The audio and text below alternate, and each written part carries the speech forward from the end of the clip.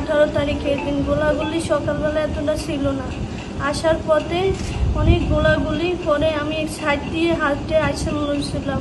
কোন এলাকা এটা? পুরো যাত্রাবাড়ি একটা মোড়ে, আমার বাসায় ওখানে। আচ্ছা, পরে আমাকে একটা ছেলে ডাক দেওয়ার অবস্থা ছিল না, খালি এভাবে আমি দৌড়াইয়া গেছি। মানে সেই ছেলেটা কি গুলি লেগে পড়েছিল? হ্যাঁ, ব্রিজের নিচে, খালি ওই একার না, আরো অনেকে। তারা চিত হয়ে কেউ কাইট হয়ে পড়ে আসে, কাকে ধরবো? পরে ওই ছেলেটা আমার এইভাবে সাদা প্যান্ট পরে, আমার অনেক মায়া লাগছে ছেলেটার জন্য। ওর গলায় একটা ক্লিয়ার ছিল, আইডি কার্ড ছিল। পরে ওকে আমি তুললাম, ছেলে মানুষ তো, আমি ওজনে তো পারি না, যেটুকু পারছি এটুকু ওকে নিলাম। বুক বেশি রক্ত, 2 চোখ দিয়ে রক্ত ছেলেটার। পরে ওকে তোলার পরে যাত্রাবাড়ি থানা থেকে অনেকগুলো পুলিশ এখানে ছিল, ওরা এখান থেকে গুলি এভাবে মারছিল, মনে হয় কই পুষতেছে, টাস টাস শব্দ, অনেকগুলো শব্দ। পরে ছেলেটার মাজা যখন গুলি লাগলো, ছেলেটা এইভাবে আমাকে জড়িয়ে ধরলো। এভাবে জড়িয়ে ধরার সাথে আমি ওকে ধরে ওইদিকে তাকাইলাম। তাকানোর সাথে সাথে আমার এই চোখটা তো ছেলের দিকে ছিল, নইলে আমার 2 চোখেই গুলি লাগতো।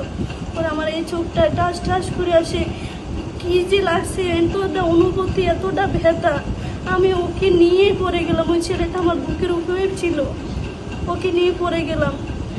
আর কিছু বলতে পারি না, কতক্ষণ পরে আমাদেরকে হেসে টাইম না কোন দিকে থেকে, এরপরে মনে হয় ঢাকা মেডিকেলে আনছিল অনেকগুলো মানুষে।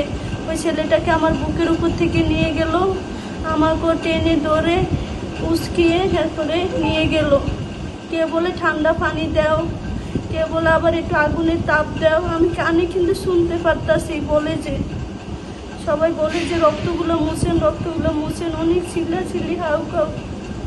আচ্ছা, যে ছেলেটাকে আপনি কোলে করে নেওয়ার চেষ্টা করেছিলেন, আপনি পরে কি জানতে পারছেন সে বেঁচে ছিল কি ছিল? পরে আমি জিজ্ঞেস করছিলাম ঢাকা মেডিকেলে যে আমি একটা ছেলেকে যে কোলে নিছি, সে ছেলেটা কোথায়? সে ছেলেটা কি আমার সাথে আনছে? কে হ্যাঁ, ওনার লাশ তো মর্গে, উনি তো মারা গেছে। আমি কি ওনাকে কি আমার সাথেই নিয়ে আসছে? হচ্ছে হ্যাঁ, ওনাকে নিয়ে আসে, একটা মহিলা আসছিল আপনাদের সাথে, আর 4-5টা ছেলে আসছিল। আমি ওই ছেলেটার লাশ কি এখনো আছে মর্গে?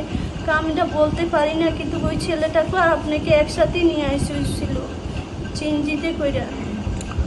কোথায় ঘটছে এটা আর বলবেন? একেবারে যাত্রাবাড়ি থানা আছে না, ব্রিজের নিচে। আমি রাস্তা পার হই, ওই পারে যাবো, ওই যে কুতুবখালী স্কুলের সামনেই আমার বাসা। কুতুবখালী স্কুলের সামনেই আমার বাসা। আমি রাস্তা পার হই, ওই পারে গেলেই আর একটুখানি গেলেই আমার বাসা। আমি যাইতে সময় অনেকগুলা লাশ দেখলাম, আর অনেকগুলা মানুষ আহত। কি যে একটা অবস্থা ছিল সেদিন। আর সেদিন সেই গুলিটার কথা মনে হলে আমার শরীর হাত পা এখনো কাঁপে, এখনো অনুভূতি হয় সেই ব্যথাগুলো, আর মনে পড়ে। আপনাদেরকে আমি কি বলবো, আমার 2টা বাচ্চা নর্মালি হয়েছে, আমি তাও এতটা অনুভূতি, এতটা ব্যথা পাইনি।